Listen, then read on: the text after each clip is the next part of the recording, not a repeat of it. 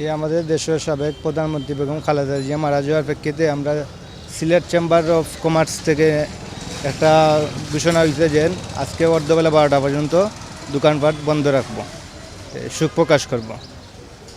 এই জন্যে আমরা দোকানপাট 12টা পর্যন্ত বন্ধ রাখতেছি। এটা খুব খারাপ লাগতেছে আমাদেরও।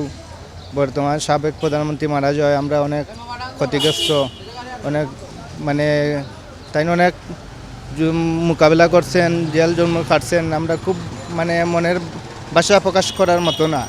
তিনি যদি থাকতেন আমরা অবশ্যই তার জন্য আশীর্বাদে দোয়া করি, তাই যেন বেস্ট নসিব হন। দেশ নেত্রী বেগম খালেদা জিয়ার মৃত্যু আমরা খুবই মর্মাহত এবং আমরা একটা এই জন্য বন্ধ রাখছি। আমরা একটা শোক দিবস পালন করতেছি, কারণ উনি বাংলাদেশের এবং সাবেক তিনবার প্রধানমন্ত্রী।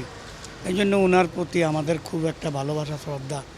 আজকে উনি আমাদের মাঝে নাই, এই জন্য আমরা আজকে দোকানপাট বন্ধ রাখছি। আসলে কোনো বাসা নাই হওয়ার। তিনবার সাবেক প্রধানমন্ত্রী খুব ভালো একজন মানুষ আসলা।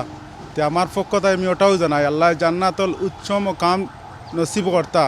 আর সারা দেশবাসীর কাছে দোয়া চাই, সবে যেন সবার পক্ষ থাকিয়া ওটাও জানাই যে আল্লাহ তানের জান্নাতর উচ্চ মকাম দান কর। তার কিন্তু হওয়ার নাই, কোনো বাসা নাই আসলে বলার মতন। খুব ভালো একজন মানুষ। আমরা দেশের একজন গার্জেন তারাই।